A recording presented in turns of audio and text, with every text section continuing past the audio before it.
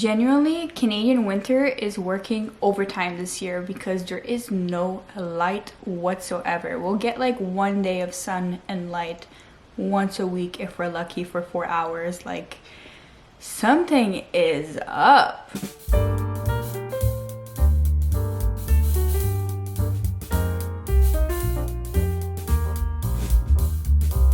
Hello and welcome back to Sandra's Shelf, where I talk all things self-help and lifestyle related. I hope you're doing well. I hope you're taking care of yourself, and I hope that you're having a better winter than we are here in Toronto, Canada. But if you're from Toronto, Canada, sending love to my neighbors. But yes, today's topic is a very important topic as we're approaching the month of love. And it's how to genuinely be happy alone. And I'm gonna give you my 7 achievable steps to be happy alone and the things that I do in order to be happy and fulfilled alone. Now, please note that alone does not mean lonely. Alone does not mean conducive to depression and stuff like that. So if you are going through depression or you're feeling really lonely, then in that case, don't be afraid to reach out. Don't be afraid to make more friends. Don't be afraid to see your friends, to see your family, to get that extra support, especially in the wintertime. I know it's really hard and we always tend to isolate more in the wintertime. This is not that video. This time, I know I usually talk about depression and mental health, but this is more like a self-love video, more of a like how to really enjoy your own company, because it's not only introverts that enjoy being alone or that love to be alone. Obviously, we all want social interactions, but sometimes we are alone out of preference, out of choice, or trying to heal, or just trying to take that time to refocus in our own lives. So that's that video. Without further ado, let's get rolling. So I'm really trying to work with the lighting here, but first things first, find your hobbies. Now, when we're dating or when we're in a relationship, it's so easy to lose sense of ourselves and lose sense of what we love doing and our hobbies. So this is the perfect time to either find new hobbies or to engage in the old hobbies that you love. It doesn't matter what hobby it is, doesn't matter if it's a lucrative hobby, it doesn't matter if it's a fun hobby, doesn't matter if it's an expensive or cheap hobby, who cares? Like, I remember when I was younger, my hobby with my dad was to make candles. Obviously, this is not one that we made, but this smells so good. This is, what is this? Noir. I actually speak French. I don't know why I'm doing an accent, but okay, I'm sorry. I get distracted sometimes. As for me, obviously frequent watchers of my channel will know that my hobbies include reading, writing, going out, and exploring the world, but that's just my hobbies. You could have any kind of hobbies out there. Don't be afraid to try new ones. I do try new ones sometimes, but nothing has ever countered my love of reading and writing and just, you know, existing. So I don't know why I said existing as if existing is a hobby, but at this point in my life, existing is a hobby and it's a full-time hobby. But let's keep moving. We are fighting battle royale here with the lighting, but let's keep going. My second tip is to limit social media. And the reason why I say this, okay, is very hypocritical, because I am someone who has 2 phones now, and I actually can't find either of my phones because maybe it's ADHD, maybe it's because I'm filming a video, I don't know. I can't find either of my phones because I was gonna make that, like, you know, cute montage of me deleting Instagram and Snapchat and TikTok and whatever and acting like I'm so mysterious and off-grid. But obviously that's not my reality because I have many accounts and I have to keep them active every day.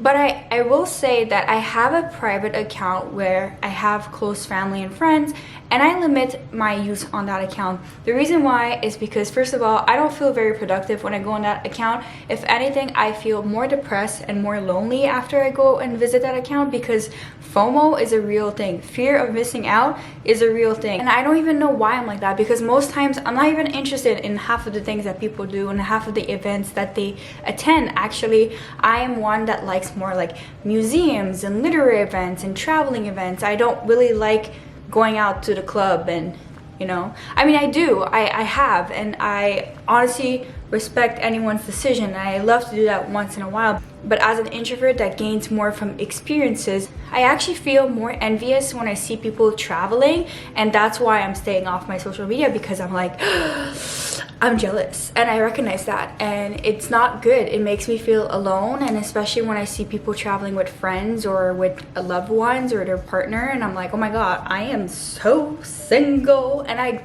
don't mind being single, I don't mind being alone. It's just that when you see things, you believe that you want exactly that, and sometimes you do and other times you don't. So you need to recognize that, and social media is really harmful because it will suggest things to you so many times that you start to believe that you want that thing, but it's not true. So I try to limit social media. I keep in contact with close friends, like directly, and that makes me feel more fulfilled and less alone, rather than consume like 200 people's stories on how they're having such a great life, when in reality that's just a highlight reel. So okay, my third tip is to go into nature. I'm not in nature right now, I'm in my backyard, but close enough. If it would focus, you would see it. And the reason why is that it gives you that much needed oxygen to your brain, and it helps alleviate feelings of depression and confinement and isolation. So you definitely need to go out into nature once in a while, or if you can, go outside every single day at the very least, so you could feel rejuvenated. You could feel like you're a human being, and you can see how beautiful the world is and how big the world is, and just be excited to live in it, right? So I think that it's the best thing to do. I love taking my walks. I try to do a walk every day for half an hour, and it has changed my life, especially since the pandemic days, right? Everything has been so confined and so limited, and it's something that I think a lot of people are carrying through, and a lot of people are seeing a lot of value in now, and it's a wonderful and beautiful thing. I especially love doing special walks where I go into more foresty area or more trail like areas, but I can't do that all the time. It's not reasonable. But if you're someone who works from home or who works a lot indoors, I highly recommend going outdoors, even if it's for 5-10 minutes around the block, even if there's no nature around, even if you're living in a big city. It's still better than nothing. And even big cities like Toronto, they have designated green areas, so I would highly recommend making that a practice in your life. Anyways, for now I have to get the recycling in, and hopefully my neighbors are not seeing me, but if they do, I have done weirder things, and I'm not going to elaborate on that. So my fourth tip is to read more books. And before you say it, I know you guys are always gonna say it, Sandra, but not everyone is like you. Not everyone loves to read as many books, blah blah blah. But I kid you not, the amount of people that I converted towards being book lovers and that have loved and enjoyed reading have all said the same thing. Books make you feel less alone, they engage your brain, they're a great way for self-exploration and self-understanding, and not only that, like they reduce anxiety, depression, so many things. And on top of that, they are such great conversation starters. So when you do see people or meet people or try to meet new people, you can start with a book. What books you guys have read or what books you guys recommend. It's such a great topic starter. I think if I can add reading books as on any advice list, I will do it, and I am doing it. So take it from me, don't take it from me, but honestly just try it, because when you read a book and you give it your attention, it actually feels more rewarding towards the end. It feels rewarding that you've chosen to maybe read a book instead of dwelling on social media, or instead of thinking, oh my god, I'm so alone, or I don't know what to do myself, etc. Like, they are such good compliments to our lives. So highly recommend reading books. I know some of you are going to ignore this tip, but hopefully at some point after watching a few of my videos, you're going to say, you know what, Sandra, you might have been right, and I'm not going to say I told you so. I'm just going to recommend you more books. My fifth tip is to do physical activity. You know what? I think I'm like physically getting more fit by the day, because I think all the brain activity that I've been doing has been no, I'm joking. No, but honestly, I think physical activity is a great thing to do. It engages your body, it engages your mind and your soul. I think physical activity is really helpful in developing yourself and into being comfortable being alone, or even setting yourself in these environments where if you work out outside of home, you feel okay to work out by yourself and to, you know, take up space in the world and to just move your body and love your body and not have someone else love it for you, right? So I think physical activity is a really important one, and honestly it releases dopamine, and those are your feel-good neurotransmitters. So it's honestly always a win-win situation. I like to go to the gym with my mom. I like to work out at home. I like to move around books all the time, which, you know what, after 25 minutes of doing that and carrying a lot of books, I break a sweat or 5. So highly recommend doing physical activities or just moving your body and keeping engaged with all aspects of yourself in order to feel very happy and fulfilled when you're alone. My 6th thing to do is to take yourself out on a date. Like, why do we have to wait for family or friends or a partner to go out on a date?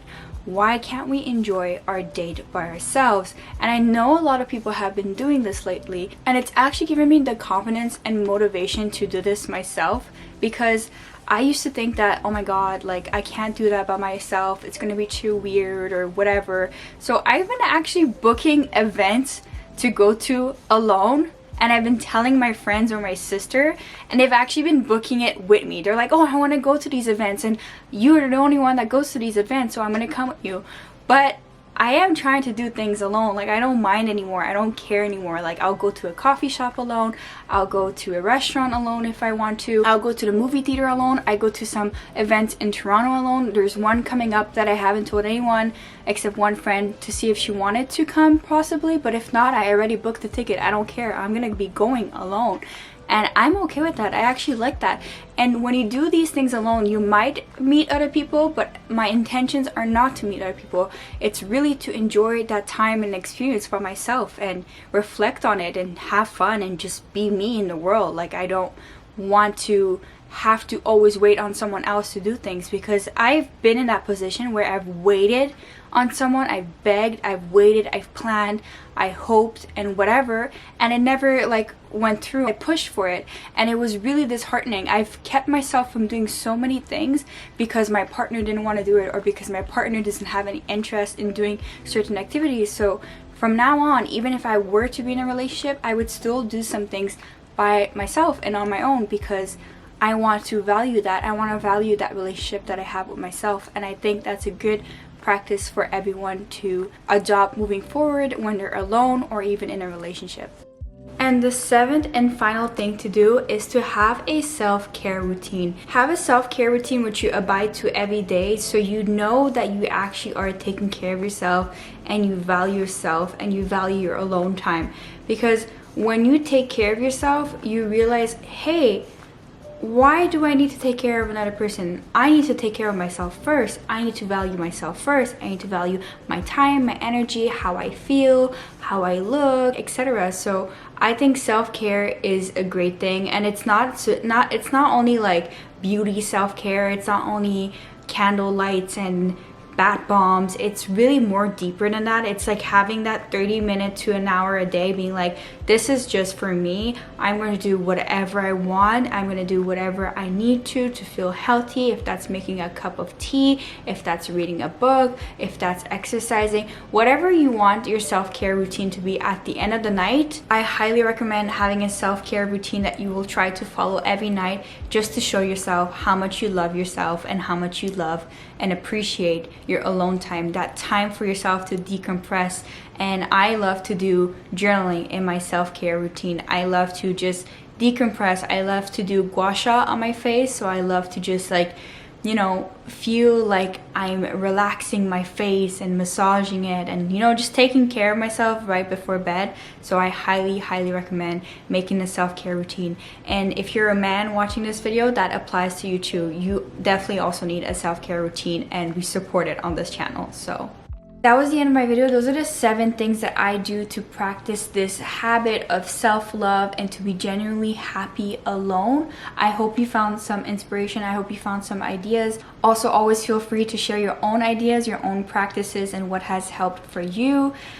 And just remember, at the end of the day, feeling happy and genuine in being alone is a choice. It's an active choice. It's a work in progress. And it's definitely that time to recognize certain patterns and recognize what are things that you can do for you in order to be happier alone, or even if you're going to be in a relationship, or even if you are in a relationship. I hope this helped. All my links will be down below. If you like these type of videos, like, comment, and subscribe. I would love to have you here. There are more self-help and lifestyle videos that come out every week, so stay tuned. And yeah, I will catch you on the next shelf. Bye! I guess you're back. Are you gonna tell me where you went? All the messages I sent with no reply.